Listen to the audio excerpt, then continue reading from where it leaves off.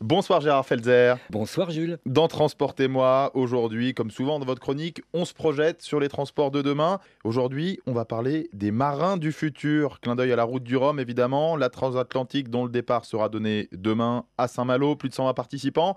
Et vous nous parlez donc de ces marins, de ces architectes qui innovent dans la navigation à la voile. Oui, et Mark Van Petegem, architecte naval, est l'un de ceux-là, un spécialiste mondial des bateaux à foil qui permettent de maintenir les coques au-dessus de l'eau, donc moins de traînée, plus de vitesse. C'est la tendance de cette édition. Mark Van Petegem. Aujourd'hui, les bateaux volent. C'est la première fois à la route du Rhum où on verra une compétition avec plusieurs bateaux dans la catégorie des ultimes qui vont voler. Et il ne s'arrête pas là car il a conçu des ailes rigides, exactement comme des ailes d'avion qui, installées sur les côtés de la coque, permettront de faire baisser considérablement la consommation de carburant des bateaux de commerce ou de pêcheurs. Mark Van Petegem. Une aile rigide, c'est exactement comme une aile d'avion. Ce qu'on essaye de faire, c'est un vrai changement de paradigme, d'aller chercher de la puissance et également l'automatisme du réglage, de façon à pouvoir s'adapter à différentes configurations, que ce soit des grands yachts, mais surtout, ce qui nous intéresse, c'est le marché du transport maritime, qui est urgent de décarboner. Et lorsqu'on sait qu'un seul de ces géants des mers, comme les bateaux de croisière ou porte-containers, génère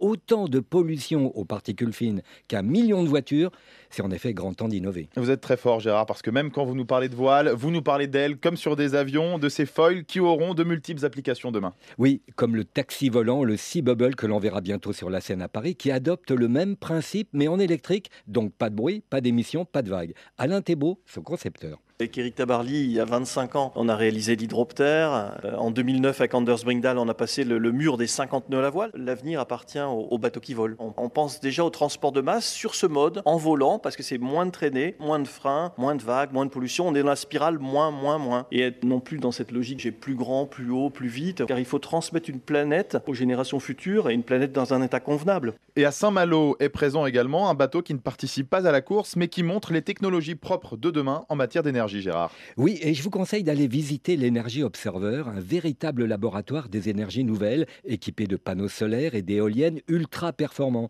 et surtout de piles à combustible qui fournit l'énergie électrique et dont l'hydrogène est fabriqué à bord à partir de l'eau de mer. Victorien Hérussard, son fondateur et capitaine. On est revenu à Saint-Malo là pour le départ de la route du Rhum, c'est notre port d'attache. On essaye de produire de l'énergie locale. Le système de stockage est à partir de batteries et lorsque l'on est en excédent d'énergie, on fabrique de l'hydrogène à partir de l'électrolyse de l'eau de mer. On démarre la pile à combustible qui restitue l'hydrogène en électricité et en chaleur. Et cette semaine, Gérard, vous n'avez pas un, mais des coups de cœur pour ces marins qui nous alertent sur les dégâts en matière environnementale. Oui, Jules, et je vais commencer par le Tara qui est revenu faire escale à Lorient samedi dernier après une expédition dans le Pacifique pour étudier les dégâts environnementaux sur la flore et la faune, notamment les massifs coralliens qui sont en train de mourir. Romain Troublé, directeur et skipper des expéditions.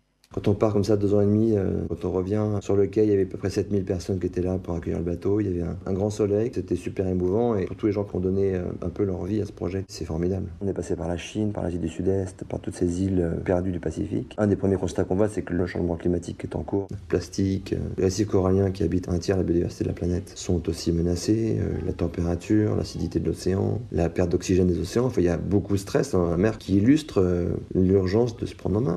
Un autre coup de cœur, Gérard, il est pour un bateau qui a fait le tour du monde uniquement à l'énergie solaire et qui aujourd'hui lutte contre la pollution. Il s'agit du Planète Solar qui a navigué 60 000 km grâce à ses 500 mètres carrés de panneaux solaires.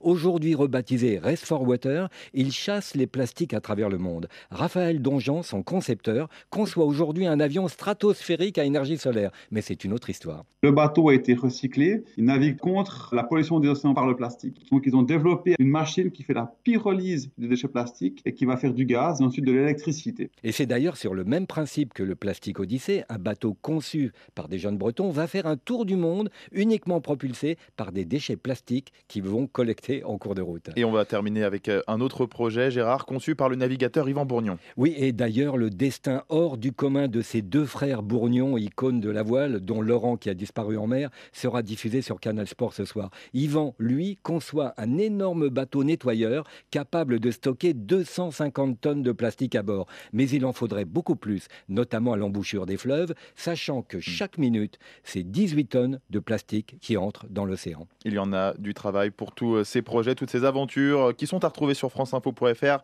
sur la rubrique Transportez-moi, la page de votre chronique. Merci beaucoup Gérard Felzer.